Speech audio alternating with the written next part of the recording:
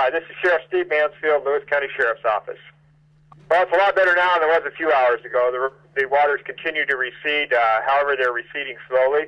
But I believe that most people understand what's going on now. They're guarded by the water that's currently here, and we still have a lot of work to do ahead of us. But I think both the rescue workers and the people in these areas that have been inundated with large amounts of water are starting to breathe a sigh of relief.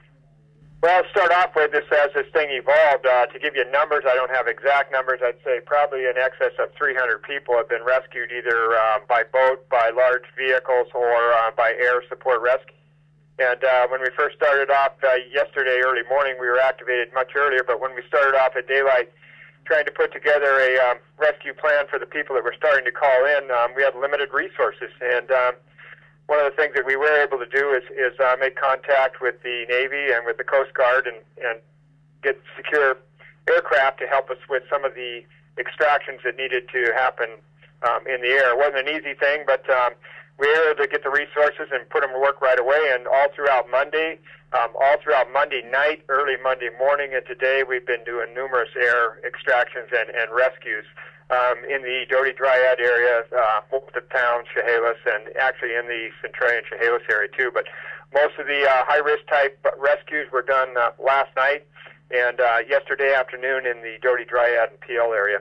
So we had all sorts of things going on, and it was incredible. The citizens of this county, as far as it stuck their hand out to help us out. From the people that came from outside the county and the first responders that live and work and serve the people of this community. I can't say enough for their effort that went on and what they're going through right now and what we're going through as we move into the recovery phase of this operation.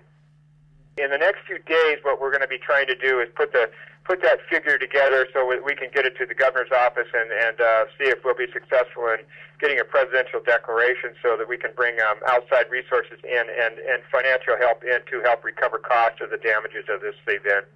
Right now, each one of these different, and the dynamics of this one was different than the one in '96. I was here in '96. I worked on it. It was different than the one in '90 that I worked. The only thing I think that was the same was the efforts of the people. I mean, if you had gone into our EOC or the ECC Monday morning, Monday afternoon, Monday night, or this today sometime, you would have just been absolutely amazed at the volume of calls that were coming in there and how they were processed, how people worked to prioritize them, and how we were able to get resources out. Did we get everyone? Absolutely not. But I don't think anybody slipped through the cracks that ended in a fatality. And we did the best we could with the resources that we had at hand. In the floods of '96 and '90, it happened at a lot more slower pace. Actually, the flood up there in Randall and Packwood, that was fast moving, but it didn't impact as many people as far as residences and high-risk rescues. We were fortunate in the fact that the Skookumchuck did not flood in any sort of record level. We did have the Newaukum, and it appears the Chehalis record level in the upper reaches of those drainages. But had the Skookumchuck also gone along with this, we would have substantially more damage and a different situation than we have today. It's hard to say, but the next few days, if you track what we're doing, you're going to have a pretty good idea of real quick as far as how this recovery is going to unfold. Now, you have your cuts and bruises and scrapes. Most of the injuries or the medical attention that was needed from the people that were extracted from rooftops, out of the water and whatnot, was for hypothermia.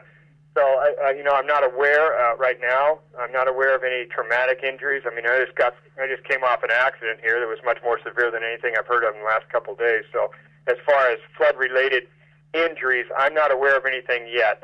We are concerned about people burglarizing houses that are unoccupied as a result of people having to evacuate. That probably won't happen, right away within the next 12 to 24 hours. But after that, if people don't move back into those places because of the damage, potential for that, and also we're real concerned about the scam type aspect of all this, of people coming from outside the area here and or materials that are substandard or rip the people off that put the trucks in, helping them repair their damaged structures or residences. So we'll be moving real aggressively type of potential incidences.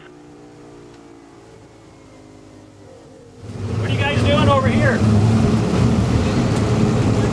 Okay, we're going to suggest that you guys try to go because we're watching for looters and things in the area, and we don't want the problem. We don't know who you are. And we've got businesses that are only accessible by water, and we don't want the problems.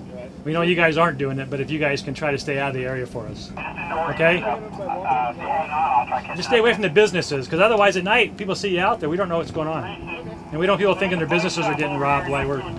Okay? Thanks, guys, very much. I'm real happy with the people that took the time to prepare themselves the best they could for an incident like that. Of course, if you live right near the river, there's really nothing else you could have done except evacuate themselves and their neighbors and their loved ones. So if we didn't have to get that call, you know, I want to commend them for their efforts, and the self-preparedness message is out there because that's what really makes a difference here. There will never be enough of us out here, first responders, to take care of a major crisis or incident such as this in a manner that everyone would like to see. We do the best we can with what we have to work with, and we really rely on our people to take as much of this off our shoulders as they possibly can, knowing that there's going to be a lot of it that is unanticipated, and we just have to deal with it as it comes up.